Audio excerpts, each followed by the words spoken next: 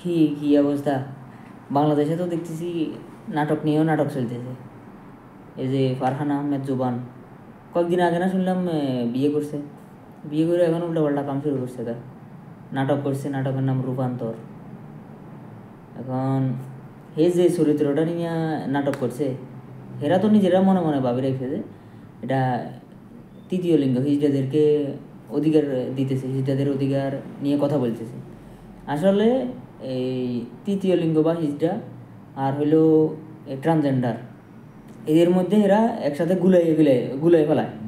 আসলে গুলাই ফেলালে হবে নাকি? যেটা হিজড়া তৃতীয় লিঙ্গ এটা তো আল্লাহ প্রদত্ত, ওরা সৃষ্টির সময় এরকম হয়েছে। ওদের নিয়ে তো কোনো দুই কথা নাই, দুই মত নাই। বাংলাদেশ সরকার ওদেরকে অধিকার দিছে সমান। আর ট্রান্সজেন্ডার যেটা, ওইটা হইলো আমি একজন পুরুষ, আমি ইচ্ছাকৃতভাবে মহিলার মতো সাজতেছি, মহিলাদের সাথে মিশতেছি। আর এমনও আছে আমি মহিলা, আমি পুরুষের মতো সাজতেছি, পুরুষদের সাথে মিশতেছি। তো আমি ইচ্ছা করে যদি যেটা আউটপুটটা চেঞ্জ করলে কি আমি মহিলা হয়ে যাবো, আউটপুটটা চেঞ্জ করলে কি আমি পুরুষ হয়ে যাবো? এটা তো উল্টা জারবে আমি শুরু করবো, এটা করি শয়তানি শুরু করবো। নিজে নিজে একটা পুরুষ মহিলার মতো সাজুগুজু করবো, তো মহিলা মেয়েদের সাথে মিশবো। তো এর মেশিন তো ঠিকই কাজ করবো নাকি? মেশিন কি আর চেঞ্জ করছে নাকি? যে আউটপুট যেরকম চেঞ্জ হয়েছে, ইনপুটও ভিতরটাও চেঞ্জ হয়ে গেছে, এরকমটা তো না। তো আসলে এগুলা শয়তানি ছাড়া আর কিছু না। জারবেমি শুরু হয়েছে। আর জানুয়ারি মাসে তো দেখলাম এই সবাই কি বই সিডা চলতেছে খালি। ওই বইয়ের একটা পাতার মধ্যে এরকম দিছিল, প্রথমে হিজড়াদের ব্যাপারে কথা বললেও পরবর্তীতে ওইটা সমকামীদের প্রমোট করা হয়েছে। এই জন্য ব্রাক ইউনিভার্সিটির একজন শিক্ষক বই সিডি ফেলাইছে, আসিফ মাহতাব। এরপরেই তো শুরু হয়েছে বই সিডির ধুম। তো ওইটার এখন কি হয়েছে আল্লাহ জানে, বই থেকে কি ওই সাবজেক্ট ওই ইয়েটা পার্টটা সরাইছে কিনা জানি না।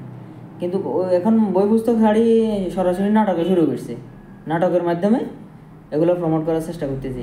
অবশ্যই ফারহান আহমেদ জুবান ক্ষমা চাইছে, উনি বলছে যে আমিও মুসলিম পরিবারের সন্তান, আমিও আল্লাহকে শ্রদ্ধা করি। আমার আসলে উদ্দেশ্যটা কোনো তৃতীয় লিঙ্গ ট্রান্সজেন্ডারকে প্রমোট করার উদ্দেশ্য ছিল না, আমাদের ছিল একটা চরিত্র নিয়ে একটা নাটক করারই উদ্দেশ্য ছিল।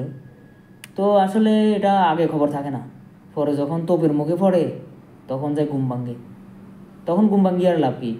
এই যে এর কেরিয়ারে যে একটা ক্ষতি হইব, এখন মানুষ যদিও এই নাটক থেকে বিরত আছে, তারপরেও মানুষের মনে একটা কি কালো দাগ পড়ে গেছে যে এই লোকে এইরকমটা করে।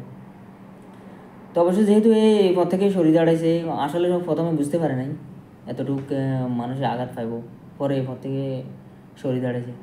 আবার শুনলাম কি এটা স্পন্সর করছে ওয়ালটন, আমাদের ওয়ালটন কোম্পানি, ওয়ালটন গ্রুপ।